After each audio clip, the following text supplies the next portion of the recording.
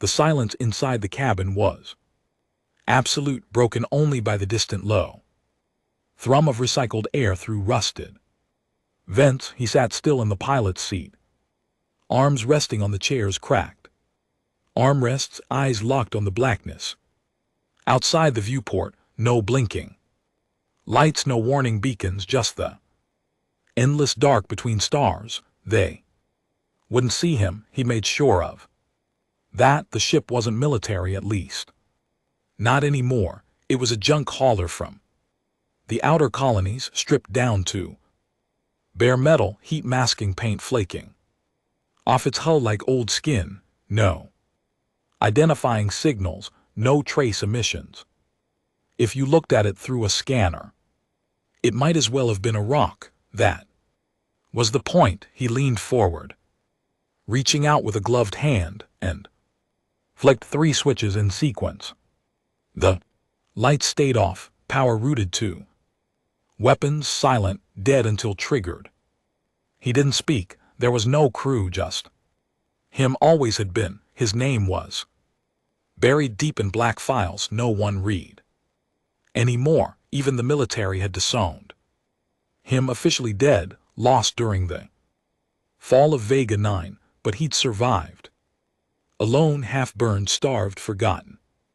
He didn't care about medals or justice anymore. He cared about the ones who did.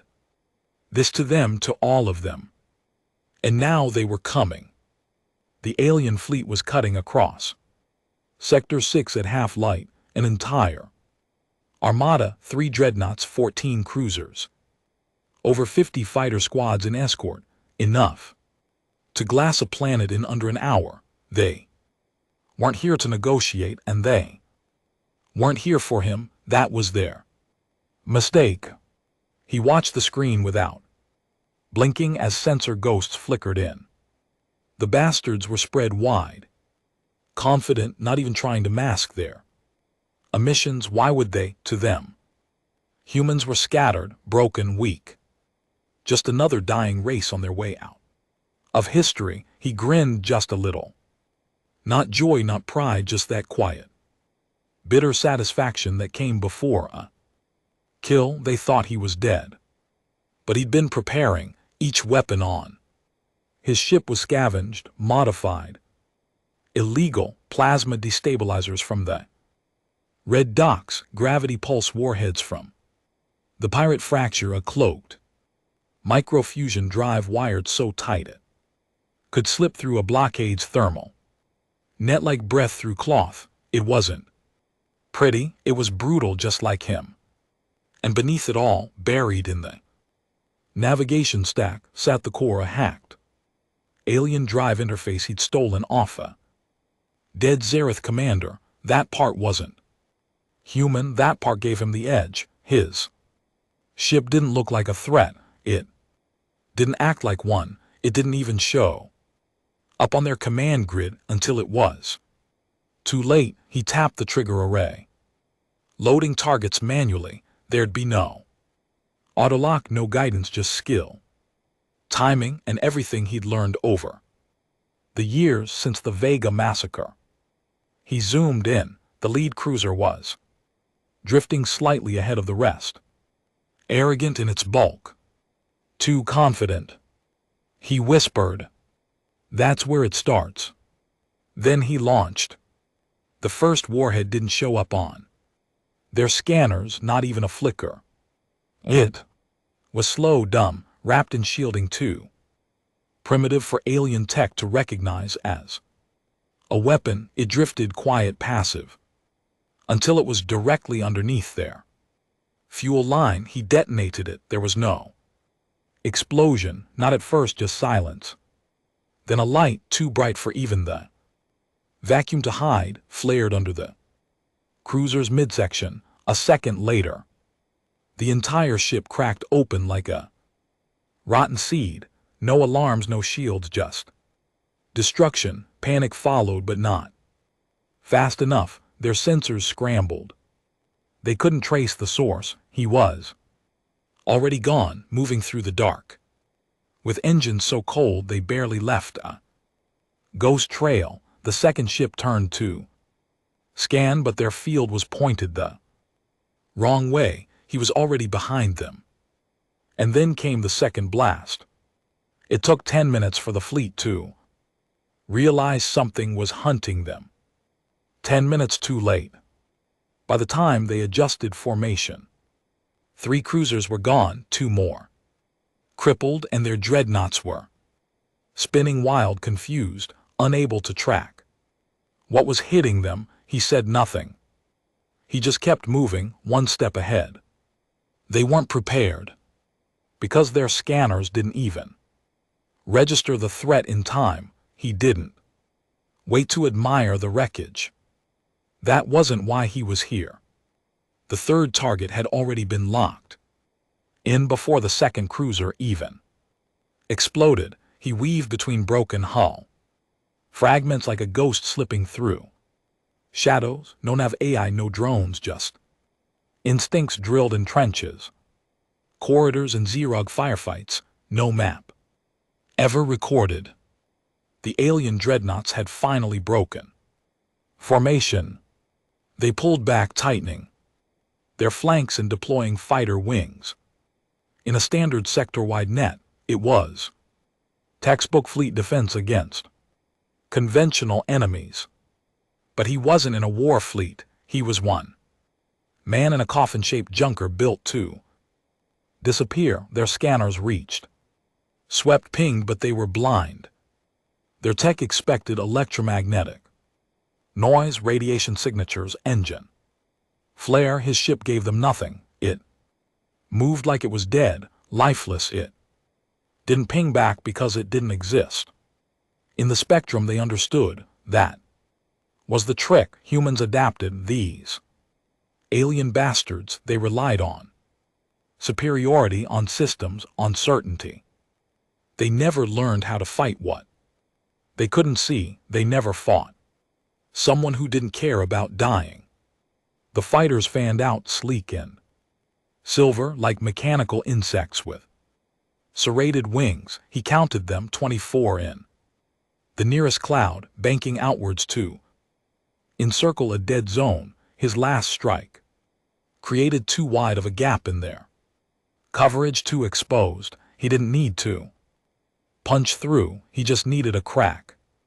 He dove through floating debris from his last kill, past spinning metal torn open by pressure differentials, and ignited plasma. The fighters zipped past above, not even blinking, as if the death zone couldn't possibly hold anything worth tracking. Not a single pilot suspected a ghost in the wreckage. They didn't know who they were dealing with. He reached into the console, flipped the internal limiter off. A warning light flickered, flashing a dull red that read, engine core stability critical. He ignored it. Numbers meant nothing if they didn't bleed. This wasn't a long war. This was his war. The core winded, the kind of low, sick growl that came before a beast lunged. He routed power straight into the impulse thrusters, not for speed but for precision. He punched the manual controls. No nav system, just reflexes and memories of 1,000 dog fights. His ship angled like a knife through buttered glass. No arc, no drift, just direct cut through space that no autopilot would dare attempt. The frame groaned, but it held. He came up under the last dreadnought, silent as death. Its underbelly was a cathedral of ports and sensor dishes, communications towers, heat exhausts, weak points. If you knew what to look for, he didn't fire, not yet. He slid in closer, practically scraping the hull, the ship's nose, barely 10 m from the exterior. Maintenance plates. His ship's camouflage code was hardwired with alien signal bleed, hacked years ago from a patrol vessel he gutted in orbit over Darren Prime. It mimicked the dreadnoughts' own systems. To them he was just background noise. They still hadn't Seen him, he pulled the trigger. 4 small warheads jettisoned silently. No engine trail. They drifted like garbage until their soft impact against the dreadnought's surface triggered the magnetic latches. They stuck. They didn't detonate, not yet. He slid away, pulling back into the shadow cast by the ship's own bulk, and waited. The warheads weren't bombs, not in the traditional sense. They were breachers, spiked fusion penetrators meant to dig through external armor and rupture internal atmosphere pressure seals, but not all at once. First one activated, releasing a sonic pulse that echoed across the hull like a scream. Underwater, then a second. The dreadnought's shields flared, too late. The third charge exploded internally. Not a flash, not a blaze. A hole opened, and everything near it vented into space. Crew, equipment, fire, silence followed it all. By the time the bridge noticed the breach, a full quarter of the dreadnought's underbelly was gone, and that was when he triggered the 4th warhead. The command array went offline in one deafening flash, then chaos. The dreadnought's escorts scrambled, hailing each other in panic formation. Shattered, fighters began searching in tighter patterns, now erratic and aggressive. They still didn't know what they were hunting. He drifted back into the debris field, using the broken hulls of dead cruisers as cover. This was how you hunted monsters. You let them bleed first. You made them fear shadows before showing your face. He docked in a dead cruiser's vent shaft. The hull breach he entered through was still glowing faintly from his earlier strike. He clambered out of the cockpit into cold silence. His boots clanked against steel as he stepped into the wreck. The inside was carnage, burned consoles, twisted corridors, blackened control nodes. The scent of scorched insulation still lingered even in vacuum. No bodies. They'd all been vaporized or sucked out, but he wasn't here to admire the mess. He reached a sealed data port near the bridge, now, and jacked in a cable from his suit. The interface blinked, language incomprehensible to most, but not to him. He didn't need to read it, he just needed the signal paths. He uploaded a spike virus custom URL to piggyback on internal comms and broadcast a false location somewhere behind their fleet. Human distress signal, low grade. Desperate, just believable enough. The moment the beacon went live, 2 of the alien cruisers peeled off from formation, rushing toward the Phantom. Signal just as planned. Now their flank was open. He smiled. They still didn't know it was him. He returned to the ship, slid into the seat, and rerouted power to the magnetic rails along the belly of the hull. Attached beneath it were 6 canisters. Homemade spike drones built for close range hull penetration. Crude, ugly, but brutally effective. He didn't launch them, he rode them in. He slipped beneath a command cruiser as it drifted off to cover the rear line, right into the dead zone created by his virus. From below, the ship looked massive, elegant, too perfect. He released all 6 drones at once, and they dug in. He waited. 10 seconds later, the first drone drilled into the engineering bay. Screams followed in garbled alien audio. Then silence. The second drone punched through the backup core, the third into the oxygen recyclers, the last 3 into crew quarters. He heard nothing but static, but in his mind he could hear it all: the panic, the confusion, the desperation as pressure failed and internal fires sparked across every deck. The cruiser went dark from the inside. Out, one long, agonizing death spiral. Lights off, power gone, shields down. And still not one ship knew where the attacks were coming from. He looped back, skimming the edge of a gas giant. To dump heat, he didn't need to fight. Not like they did. He wasn't part of a military. He was the last mistake they would ever make, and then he got cocky. A ping flashed on the console, too fast. Too sudden, he jerked the yoke left hard. As the flash of an energy pulse scorched past his flank, they'd found him, not the big ships, not the cruisers. Fighter squad. One of the aggressive wings had circled back through the debris and managed to catch his silhouette against the gas giant's rim. 3 of them were closing fast, no time to vanish, no time to hide. He pulled hard, slamming the throttle forward. His ship groaned, buckling from the stress, but he needed speed. The fighters followed, sleek, agile, faster by every technical standard. He hit the vents, released decoys, old human tech, barely more than flares, but it worked. One of the fighters swerved, sensors overwhelmed. He flipped into a dive, rolling beneath a floating satellite carcass, too still.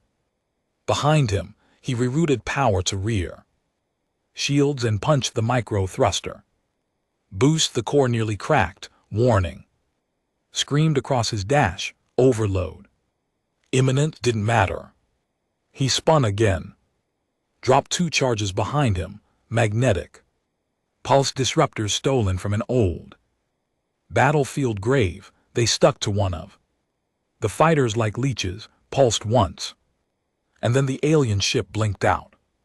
Systems fried, a lifeless missile drifting in space. One left. He pulled into a steep climb straight up. No tricks, bait. The alien chased at the apex. He cut power entirely. Dead stop. No movement. The alien overshot just for a second, but it was enough. He fired. The bolt caught the fighter dead center. It didn't explode, it just vanished, consumed by a fire so precise only ashes remained. Then silence again. He exhaled, not in relief, just focus. He was bleeding energy. His ship wouldn't hold much longer. He'd pushed it too far, but it didn't matter. He'd cut through the Armada's heart already. They came expecting conquest. Now they were dying in pieces. He opened the comms, not to broadcast but to listen. Alien chatter buzzed in, clipped and panicked.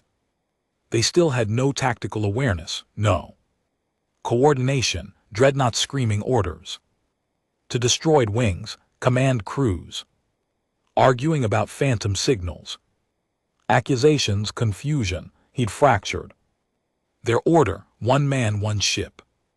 He leaned back, watching it unfold. And he knew they still didn't understand what had happened. They thought it was sabotage.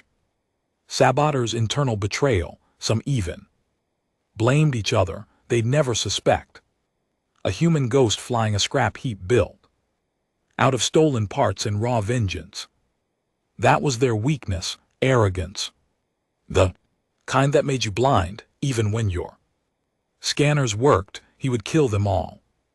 Not in one day, not even in one system, but piece by piece, ship by ship, until the stars whispered his name in every command room. They stunned Earth once, but they never scanned for rage, and now it was hunting them. The drift back to dark space was slow, silent, and filled with ghosts. His ship creaked as it cooled, hull scorched, systems hanging by threads. Emergency lights flickered over cracked displays. The air stank of overheating metal, recycled too many times through broken filters. Alarms blinked in orange and red, demanding attention he wouldn't give. He didn't fix anything. He didn't stop. Instead, he sat still, staring out at the empty Stretch of space between stars, letting the quiet crawl over him like an old blanket. The adrenaline was gone now. His breathing was steady, heartbeat slow, but the anger never left. It never did. He closed his eyes just for a moment, and the ship faded. The stars blurred. The hum of the engine became wind, and suddenly he was back. There, Vega 9, a world once beautiful, once alive. He remembered the sky first. Not the one from Earth, no blue dome. Vega's sky was marbled gold streaked with soft lavender clouds that curled in, bent with the slow tilt of the planets. Artificial moons. It was like living inside a painting. His wife used to sit on their porch in the evenings, watching it change color as the sun dipped behind the mining hills. Her name was Lena. She had long dark hair, stubborn eyes, and the kind of laugh that made everything feel warmer, even in the cold outer territories. She believed in humanity's second chance in the colonies, in the treaties. She believed too much. They both did. That's why they stayed, even when the warnings came, even when the first patrol ships vanished, even when Earth stopped answering. He was planetary security back then, local command, nothing special, not a soldier in the formal sense, just a man who carried a sidearm and responded to disputes between miners and corporate drones. He wasn't trained for war, but war came anyway. The aliens didn't send envoys. They didn't hail for surrender. They arrived at 4:26 a.m. planetary time. The sky turned black first. Not night, but something else. Ships so many they blocked out the stars. They moved like a tidal wave, perfectly aligned, silent, beautiful in the way a guillotine is beautiful, sharp, clean. Final. He was at the station when the bombardment started, saw the first hit land near the northern colony fields. Beam of blue light from orbit, wide as a highway, cut through the farms like butter. Everything inside that circle was gone, not vaporized, erased. He ran for home. He didn't get there in time. He found her in the ruins. Half the neighborhood was flattened, craters where houses used to be. He dug through the wreckage with his bare hands until he found the ribbon she used to wear in her hair. The rest. There was no rest. His son had still been in bed. He was 5. He never even got to wake up. The only reason he survived was because of the comm tower. It collapsed around him in the second wave, shielding him from the next pulse strike. He came to 6 hours later, buried under steel and concrete, half deaf and bleeding from a shard in his leg. By the time he crawled out, the aliens were gone. Just like that. They never landed, never took territory, never sent a message. They didn't need to. They didn't want conquest. They wanted fear, to teach humans what happened when they stepped too far out into the stars. Vega 9 had been a warning shot, and Earth didn't even flinch. The central governments claimed it was unconfirmed.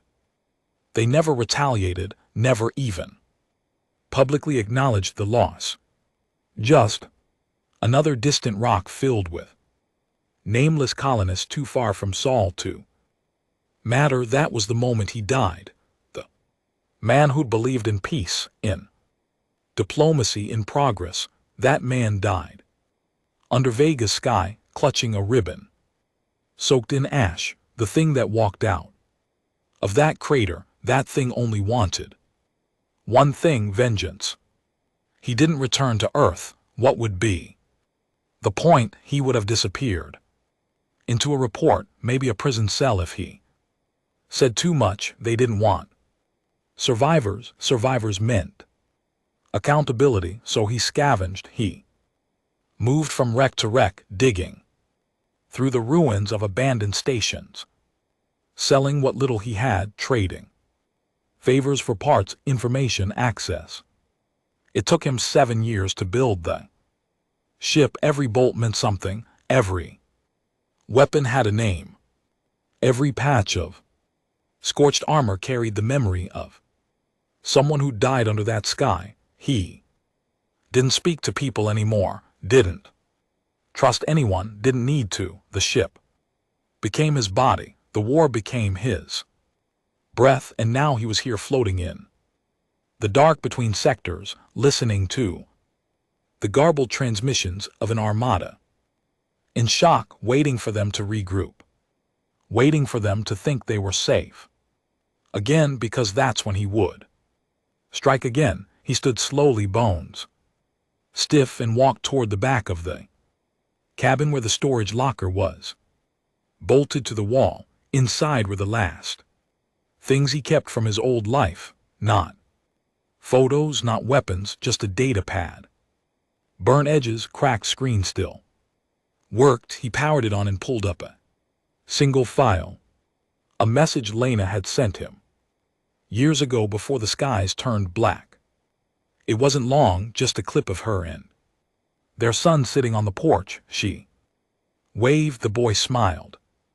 "Come home early tonight," she'd said, brushing the hair out of her eyes. "He wants to see the moons rise with you."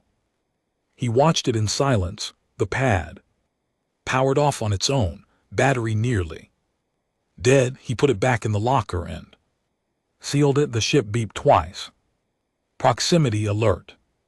He returned to the console, eyes sharp. Again, a scout vessel alone, probably investigating the signal noise from the earlier fight. Stupid, he ran the numbers. Small ship, fast, lightly armored, likely unarmed. Didn't matter. He wasn't letting anyone leave this system alive. He powered up the rail gun. The scout never saw it coming. One shot clean. The ship folded in half around the impact and disappeared into the void.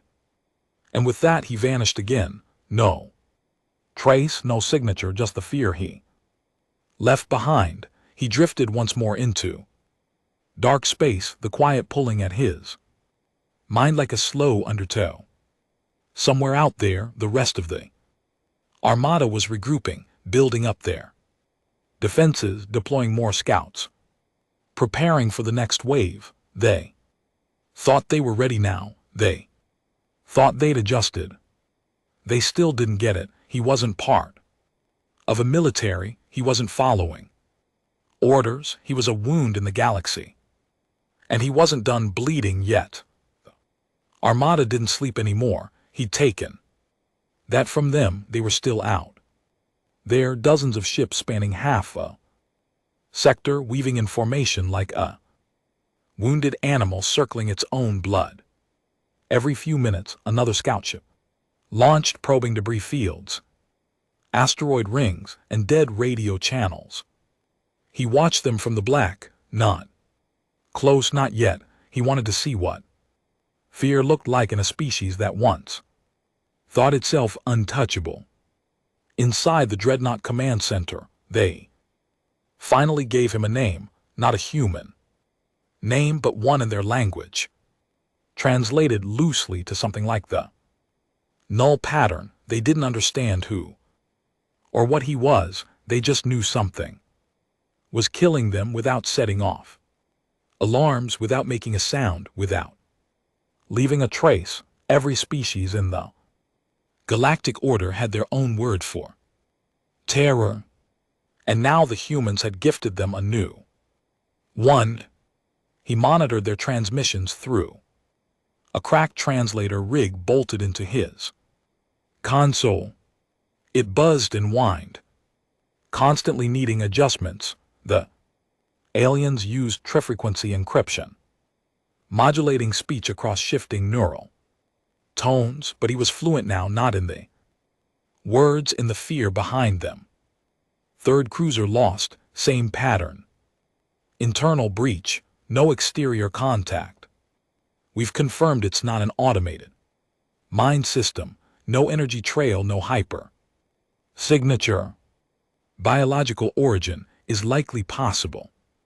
Human rogue. He leaned back in his seat and let the transmission roll. His hand hovered over a control switch, twitching slightly, the last time it twitched like that. 3 ships died. He listened.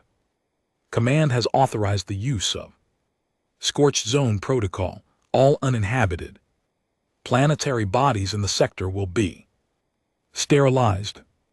He smiled bitterly.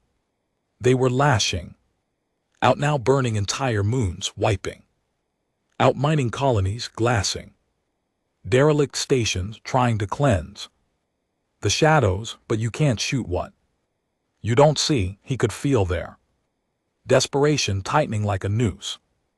They were running out of options. He'd become something they weren't built to fight, a threat beneath their threshold of understanding. He'd studied their species in fragments, a civilization obsessed with perfection, structure, hierarchy, everything automated, everything controlled, predictable. He was none of those things. He didn't strike based on logic. He struck based on feeling, fury, instinct, and that's what made him impossible to track. Every time they ran an analysis on his attacks, the data gave them nothing.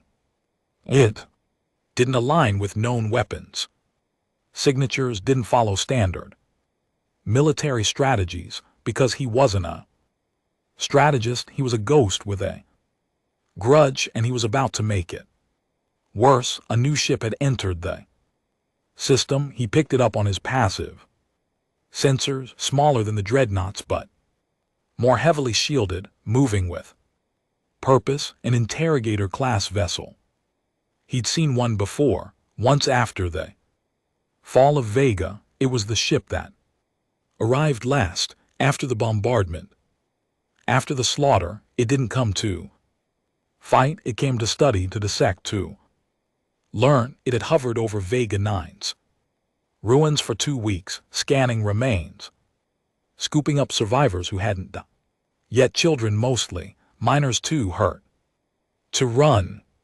He'd watched through the haze of pain from under rubble as one of their harvest drones pulled a woman apart by her arms, piece by piece, for data, for research.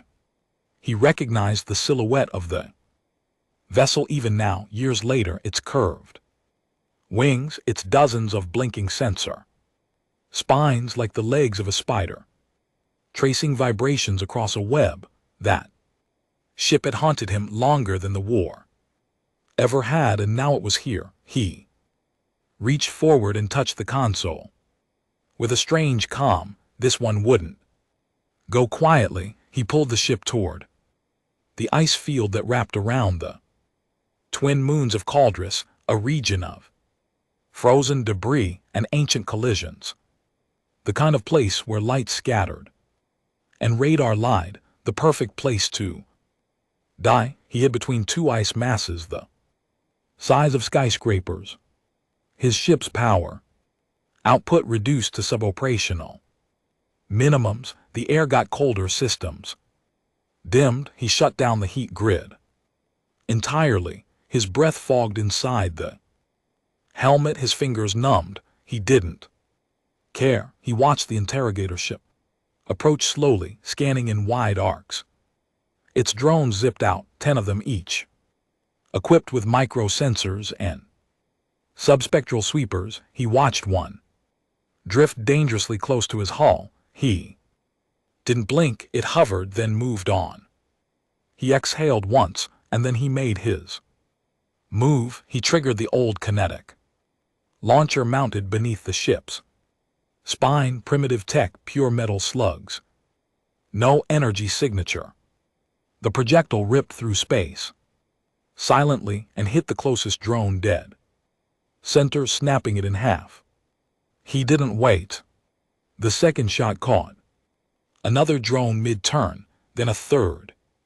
The interrogator ship flared instantly turning toward the source, but he was already firing again. 4 breacher pods detached from his hull, each containing one of his specials, hole crawlers built from scavenged mining bots. They weren't fast, they weren't even that smart, but once they attached, they never let go. The pods landed on the interrogator's underbelly. Explosions rippled across its sensor arrays. Lights failed. Drones screamed static as they panicked and lost signal. Inside the ship, chaos unfolded. He listened in on the screams. Internal breach, level 4 decks gone. We're losing data cores. Override protocol is it him, and that was the moment they knew. They didn't say a name, but they knew. He wasn't a ghost anymore. He was a story now, a whispered nightmare. Passed between command rooms and war councils, the rogue human, the anomaly, the patternless killer. The fear had a face, his, but that changed nothing for them, because even when you name the monster, you still can't stop it. He launched his final warhead, point blank, into the back engine port of the interrogator. A burst of plasma ignited the core. The ship tried to jump. He saw the prep cycle light up, but it never finished.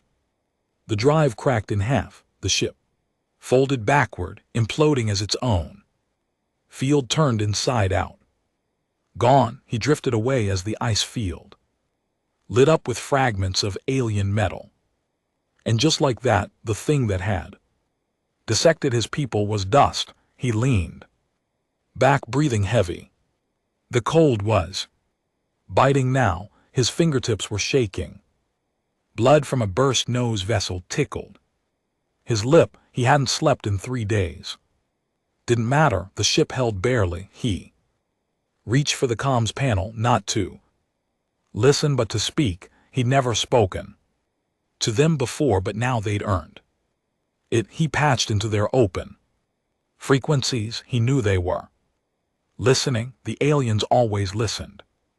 He spoke slowly, voice rough. You took Vega. You thought no one survived. You thought humans would stay broken. You thought wrong. He paused. Let the silence hit like thunder. Then, I'm not here for peace. I'm not here for surrender. I'm here to return the favor.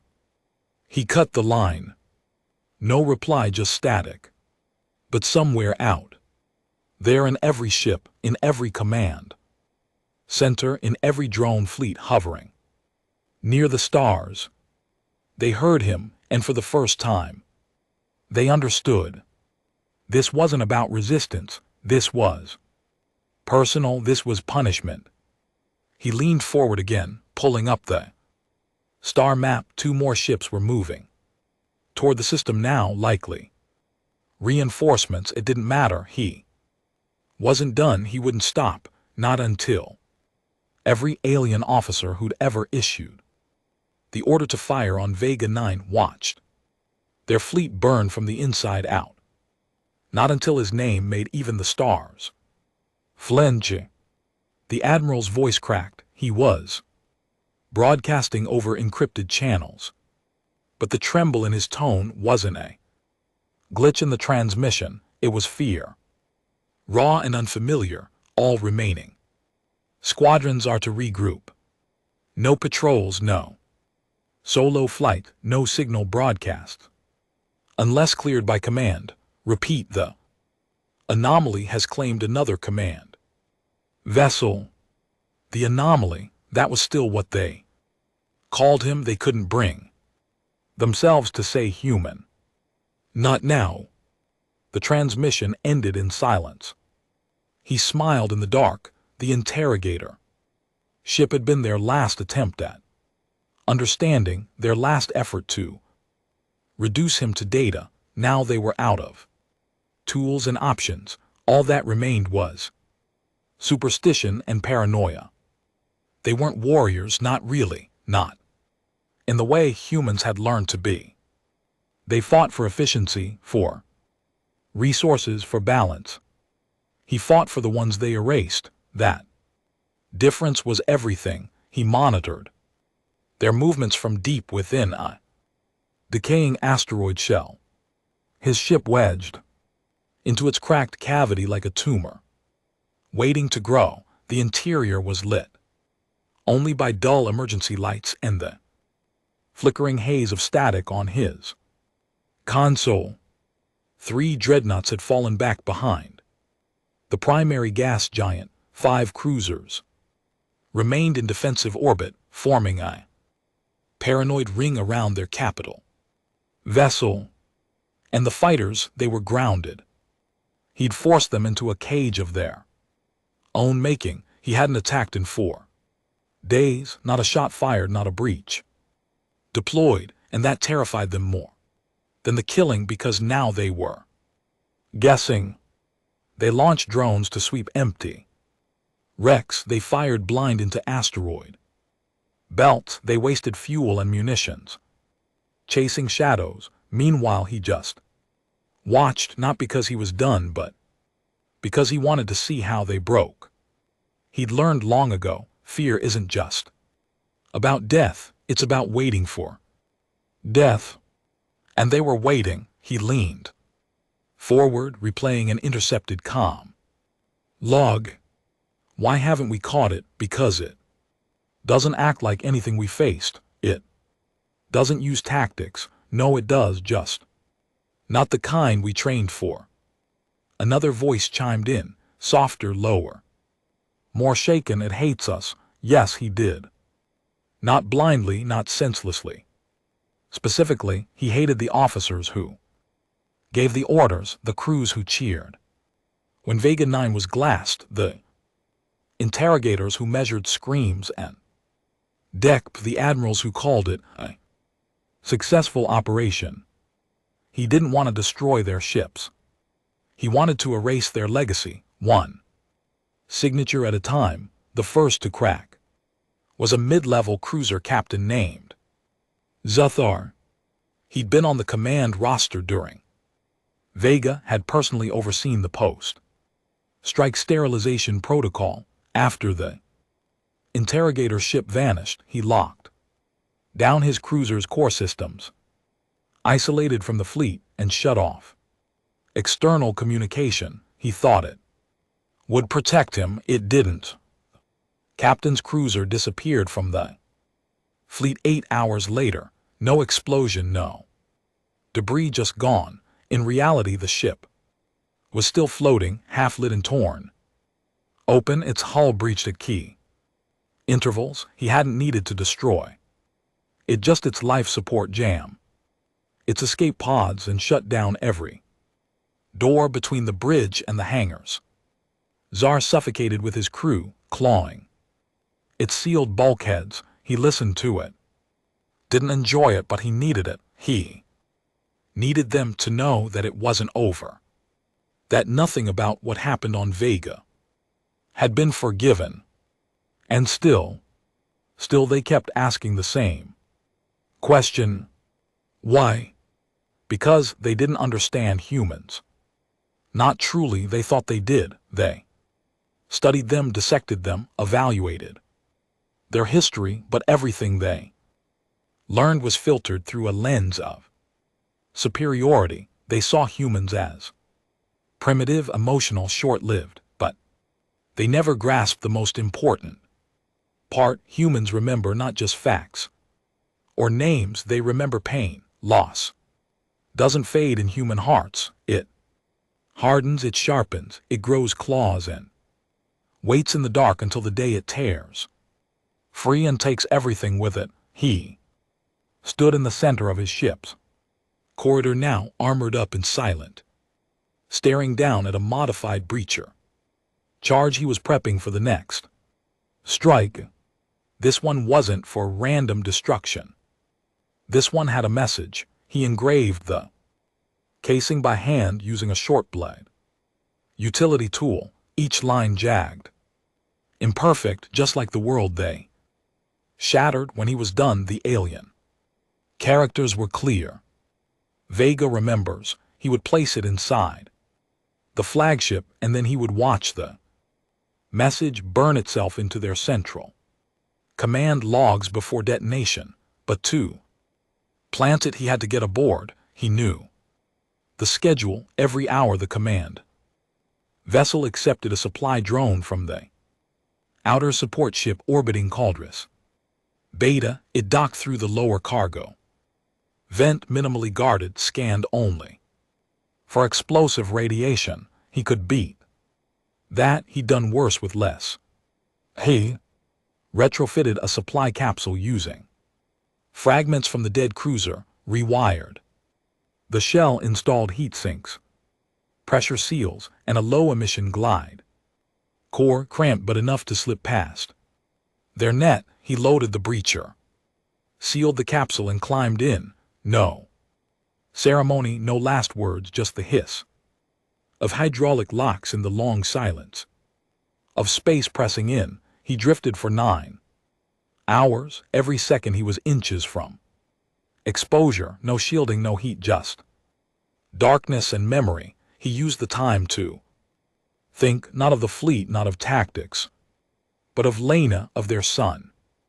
He saw them in the curve of Vega's sky, in the firelight on their porch, in the sound of his boy laughing with juice on his face. He let that image sit in his chest like iron. It didn't bring peace. It brought purpose. The capsule latched into the flagship's undercarriage with a soft clunk. He waited for the rotation, the intake process. No alarms. They hadn't found him. He popped the hatch, slipped into the crawl space. The inside of the flagship was sterile, too clean, too precise. The air had no scent, the lights too white. Alien architecture was all about order, curves, symmetry, silence. He moved like a shadow through their hallways, past motionless drones and oblivious technicians. His suit mimicked their heat signatures. His boots left no sound. He climbed a service duct and crawled toward the central conduit. 20 m from the core. He paused. Below him, through the vent, stood a war council, 6 alien officers in command, robes staring at a hollow map filled with red markers. They were talking about him. We underestimated human persistence. Their emotion clouds logic. This isn't persistence. This is fixation. It's not just a survivor. It's an executioner.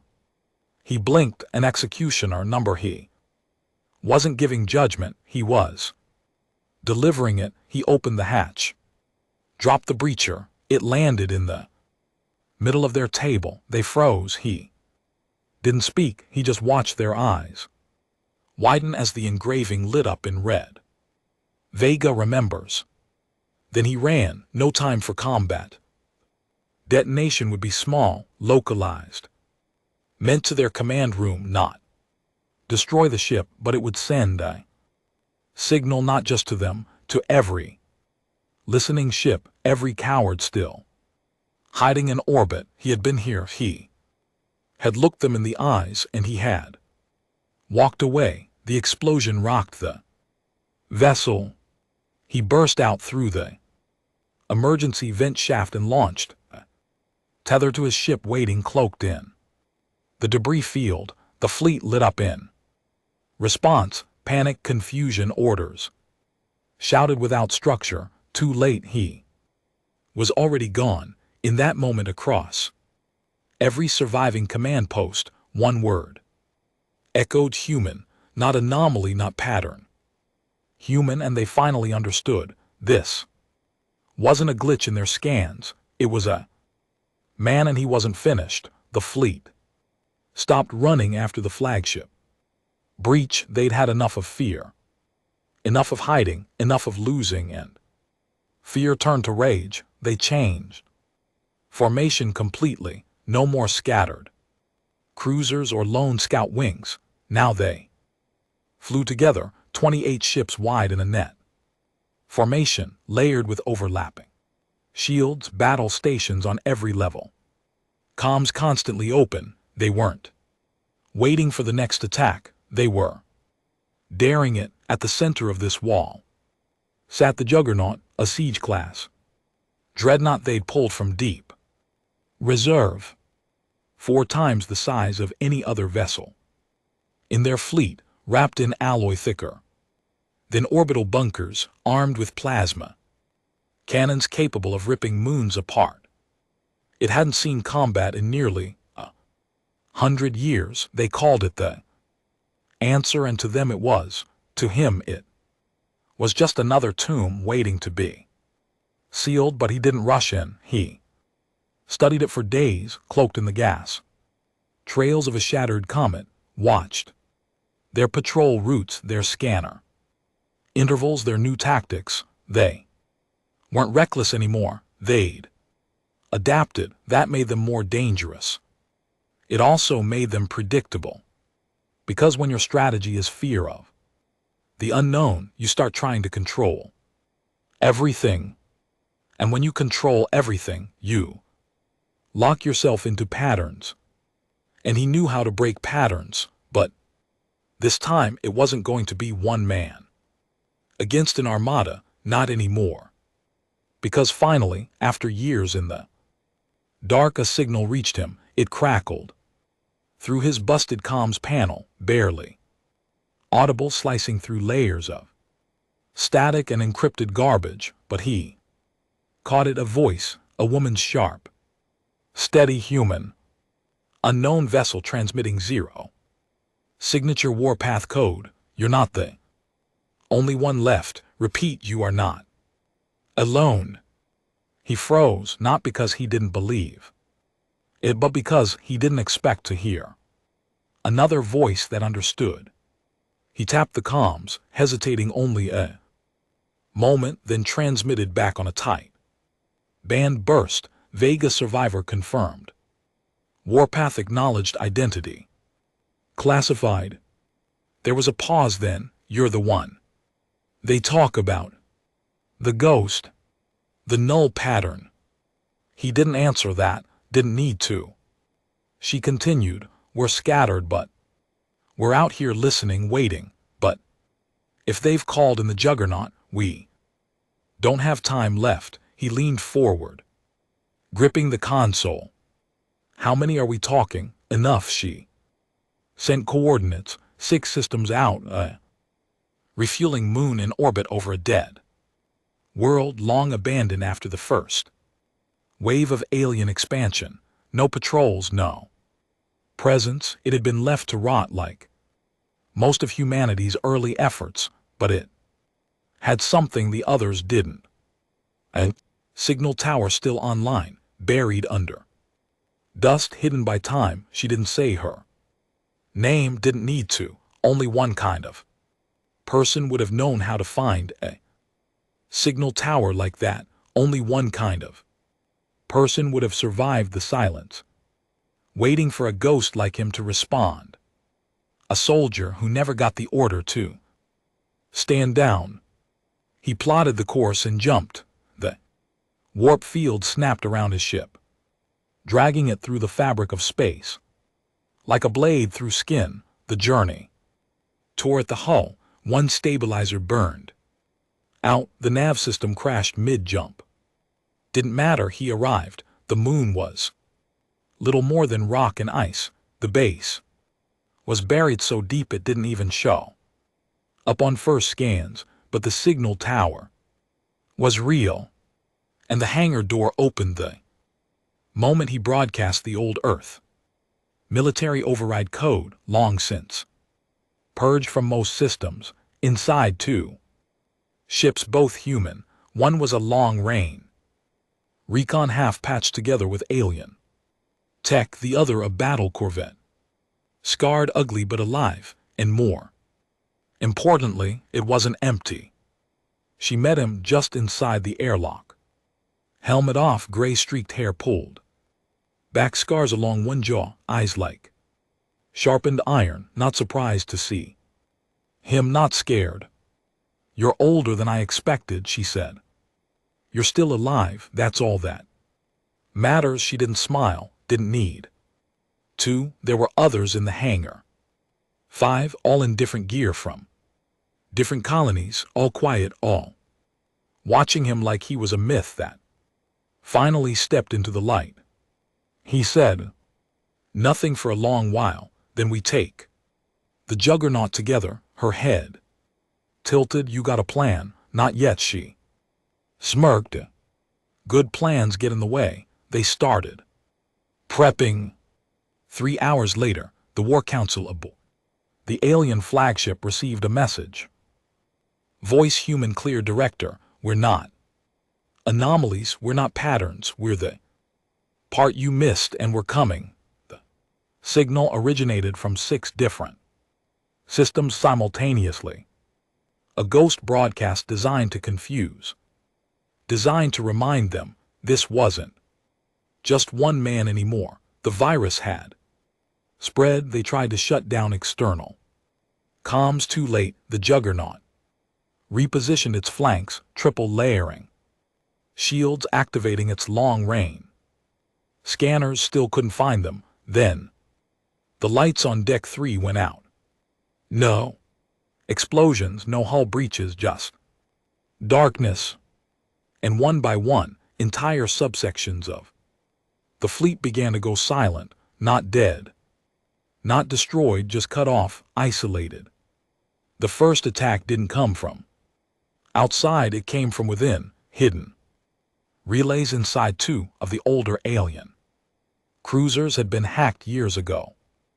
Hardware viruses buried during salvage ops back when humanity was still pretending to play by the rules. Now those relays lit up and turned against their hosts. Entire propulsion grids reversed, life support rerouted to waste systems, doors sealed, cannons aimed at friendly vessels. By the time the command ship reacted, 3 cruisers were already firing on each other in confusion. The Juggernaut finally powered up its full targeting array, and then he arrived out of the black. No fanfare, just that same battered junker, moving faster than physics said it should. Every gun in the fleet turned toward him. He let them because while they were watching him, they weren't watching the others. The Corvette broke in from below, silent, masked in the debris of the cruisers he'd turned against them. The recon ship came from the far edge, spinning, spiraling, launching flares and scrap like chaff. And from the planet's surface, the signal tower activated, launching a coordinated jamming wave that tore through the fleet's command net like a blade through bone. Now they couldn't talk, couldn't call for help, couldn't even organize. All they could do was scream and static. The Juggernaut fired. A blast of searing light exploded out from its main cannon. Wide, hot, violent. His ship took the hit on purpose. The shields collapsed. The hull cracked. Systems blew out in showers of sparks. He ejected just before the reactor ruptured, his escape pod spiraling into the broken flank of a disabled cruiser, and from inside that pod he launched the final charge. Microwarp tether locked onto the Juggernaut's core field matrix. The bomb didn't explode like a normal warhead. It folded, space bent, twisted, and the Juggernaut's own warp core imploded inward, tearing through its frame like a fist through wet paper. No explosion, just silence, and then a vacuum where the most powerful ship in their fleet had once floated. He drifted in space, watching the shock ripple through the others. Half the remaining fleet jumped out cowards, the rest surrendered. Not formally, not with documents or flags. They just stopped moving, stopped fighting, stopped believing. He floated there staring at the wreckage, not satisfied, not vindicated. Just done. And in that moment he realized something. It wasn't about making them fear him, it was about making them Remember. Because if they remembered what humans could do when pushed far enough, they'd never forget again. He didn't land with a victory speech. There was no parade, no banners, no crowd. He just stepped off the scorched escape pod, boots crunching against metal plates, slick with dust and charred debris. Wind on the ruined moon thin and dry. The others were already waiting near the hangar, those same few who'd stood with him in the dark. No cheers, no applause. They just nodded. They were soldiers, not heroes. Heroes were dead and buried under Vega's soil, burned with no graves, remembered only in the screams of the ships he'd left adrift.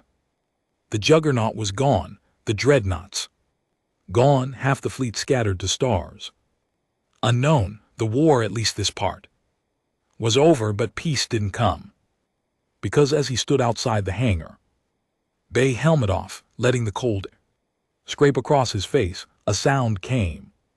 Through the static, a pulse, not a transmission, not a distress signal. Single deep resonant tone vibrating through every system like a hum in the bones. His ship's wreckage, what was left of it, lit up for a moment, not in response, in surrender. Then the signal died. He turned slowly to the woman, the one with the gray-streaked hair and the soldier's spine. She'd heard it too. Everyone had. What the hell was that? One of the others muttered. The woman narrowed her eyes, voice low. That wasn't alien. Military, that was something else. He nodded. He'd heard it before, not during the war, before Vega, back when he was still in the intelligence division, before the uniform, before the wife, before the child. There had been whispers, rumors of a signal pattern, older than human comms, buried under ancient asteroid fields, locked behind encrypted black site walls, something deep in the galactic net, never decoded, never claimed, a frequency humans weren't supposed to access. He'd ignored it, dismissed it like everyone else, but now it was here, answering back. He went inside the hangar and plugged the fragments of his cracked Kamei into the base's auxiliary systems, ancient hardware, slow, clunky analog, but safe, not connected to anything beyond these walls. The signal repeated again. One tone, then three short bursts, then silence, then it began again, over and over, but this time with each cycle the base's old mainframe started decrying it, pulling apart fragments, decoding blocks that had once been untouched for decades, and a message bloomed on the screen, line by glowing line. The human test has concluded. He froze. The woman stepped closer, her voice sharp. Test. The message continued. Phase 1 survival confirmed. Phase 2 retaliation successful. Phase 3 observation complete. Phase 4 integration begins. And then the screen glitched, flickered violently until a symbol appeared, not human, not alien. Something else, a shape with no symmetry, no logic, a pattern that made the eye ache just trying to understand it, and underneath it, we are returning. He stepped back. For the first time since Vega, since crawling out of that pit of ash and blood, he felt something he hadn't felt in years. Dread. The woman stared at him. Who is we? He shook his head. Not who, what. They called them the architects, not officially. There was no documentation, no confirmed contact, just fragments, sensor ghosts, ancient ruins, inexplicable tech on derelict planets that didn't match any known species. For centuries they'd been a mystery, a background myth. Some believed they were the first civilization in the galaxy.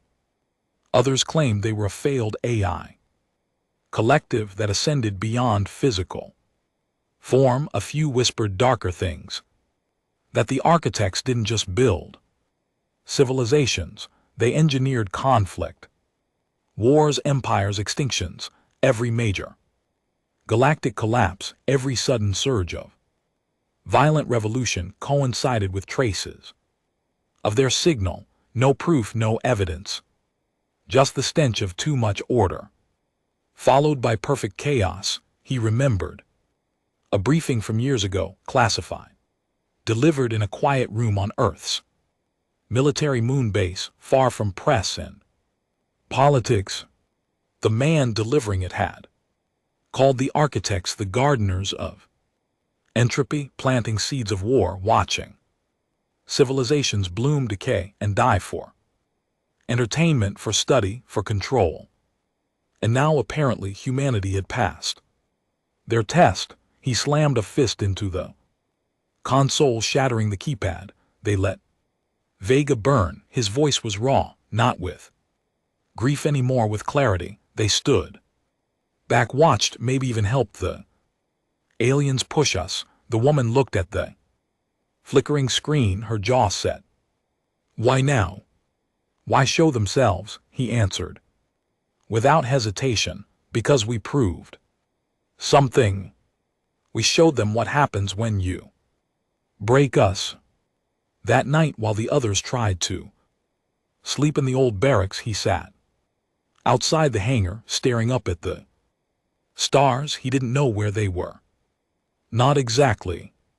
The architects didn't need ships. They didn't move in fleets. They didn't invade. They emerged from data, from thought, from broken systems and fractured networks, like mold in a cracked wall, growing where weakness was exposed. He realized then that the war with the alien fleet hadn't been a real war. It was a test environment, a simulation, to see what one human, a broken, half-dead man full of rage, could do when left with nothing but memory and hate. And he'd passed. They'd watched him crawl through fire, watched him kill without hesitation, watched him inspire others to do the same. And now they wanted to integrate. He laughed, a cold, bitter sound that echoed across the rocks. Not happening.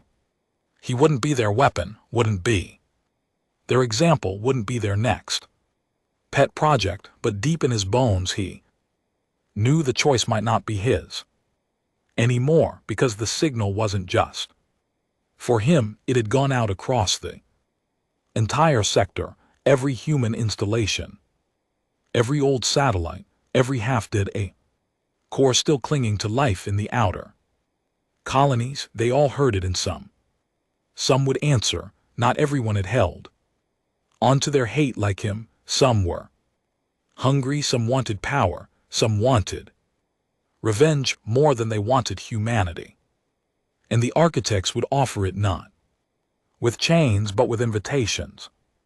The next day, the woman returned from patrol with news. There's movement in the Osiris system. Human ships 20 at least. He narrowed his eyes. Osiris is dead. No one survived the radiation storms. Not anymore. They're building something fast, too fast. Coordinates. She handed them over. He read the data. Paused. This isn't a base. He zoomed in on the layout, the energy signatures. No, this wasn't a base. It was a gate. Multi-tiered wormhole generator pulsing with an energy signature that didn't match any human technology. And at the center, that same impossible symbol, the one from the message. He exhaled slowly. They're opening a path. For who? She asked. He stared at the screen. Not who, for what comes next. The Osiris gate pulsed like a dying star. From a distance, it looked like a halo, a perfect ring of light suspended above the dead world, drawing in dust, radiation, fragments of rock, and worse. But up close it was chaos. Raw gravity, distortion, rips in space bending in on themselves, lightning dancing through vacuum, and at its center the symbol. The architect mark, it pulsed every 7 seconds, a call, a signal, not just broadcasting, inviting. When he arrived, the sky above the gate was already full, dozens of human ships, some with stolen alien tech welded to their frames, circled the structure in tight orbits. They weren't hiding, they were waiting. He drifted through the upper atmosphere of Osiris in the recon ship, the only one still flight-worthy after the last battle.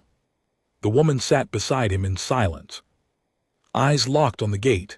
They're not enemy ships, she said. No, he muttered, jaw tight. They're worse. He remembered a man from Earth, an old tactician who once told him, if a soldier survives too long in hell, he starts to enjoy the fire. And that's what he saw now. The men and women aboard those ships weren't survivors, they were converts, a new kind of human, the kind who heard the architect's offer and said yes because vengeance had turned to worship.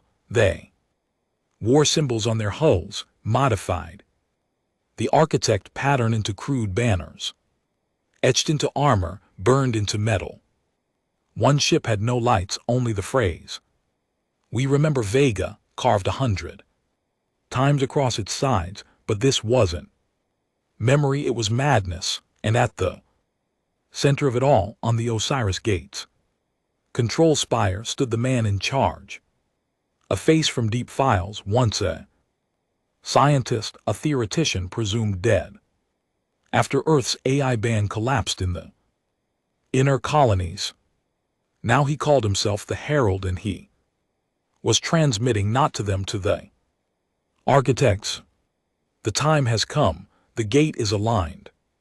The failed flesh of old Earth stands, ready to evolve. The woman cursed, he's opening it, he's actually doing it, not if I stop him, the man growled, setting a course. But she reached for his arm. Think he's not alone, that fleet's not rogue, they believe. Then I'll kill every one of them and become what? Savior or the final executioner? He didn't answer because he already knew the truth. He wasn't a hero, he never was. He was just the last piece of a machine built out of rage and ash. And that machine was now being rebuilt by people who no longer saw the difference between justice and annihilation.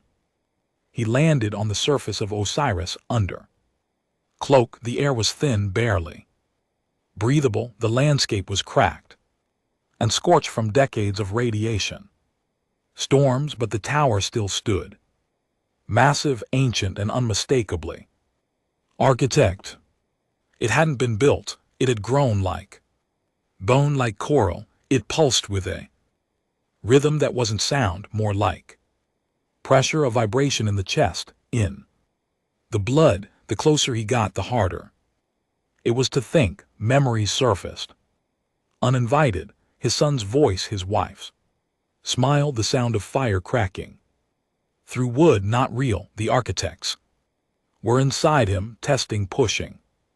He pressed forward through the inner corridor, guarded by humans with hollow eyes and two wide grins. They didn't stop him, they recognized him, and they wanted him there. He reached the spire just as the herald stepped onto the platform. Above them the gate opened, not fast but wide.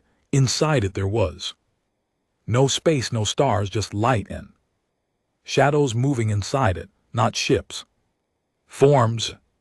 The herald raised his hands. We have built the knife, and now the hand comes to claim it. The man drew his weapon, a pulse pistol, old, scratched, reliable. You open that gate, he said, and they won't claim us, they'll rewrite us. Harold turned slowly. His face was stretched thin with ecstasy, like someone staring at God. Then let them. You of all people should understand. You burned the galaxy down over a grave they just want to make sure we never need graves again. At what cost? The Herald laughed. You already paid it. The only difference is now you can cash in. The gate pulsed. Again something reached out, not a hand, not a ship, a presence, a pressure. He could feel it in his mind. A question, will you serve? And for 1 second he wanted to say yes, because what came after vengeance, what was left? Really, the war was over, the enemy defeated, but the pain hadn't gone. It never would. But then he saw the face of the Herald again, the same twisted smile, as those who'd bombed Vega from the sky. Not out of hate, not out of duty, but because they could. And suddenly he knew. This gate wasn't an answer, it was a mirror. A mirror held up to humanity, asking, what are you when everything's gone? And he knew what he wanted the answer to be. He fired. The first bolt hit the Herald in the throat, the second in the chest, the third through the head. He fell backward into the light, screaming praise as he vanished. The tower screamed, not sound, not vibration, denial. The architects reached out to him again, not with words but with memory. They showed him his son alive, smiling. They showed him Vega unburned. They showed him Lena, arms wide, waiting. He dropped to one knee, pain ripping through his skull. Join us, you've earned peace. And he said the only thing he had left, I don't want peace, I want you to feel what we felt. And he jammed the breacher core into the Spire's console, a stolen alien virus, rewritten, humanized, angry, the same one he'd used to blind dreadnoughts, now injected into the heart of something far older, far more intelligent. The tower convulsed, the gate shuddered.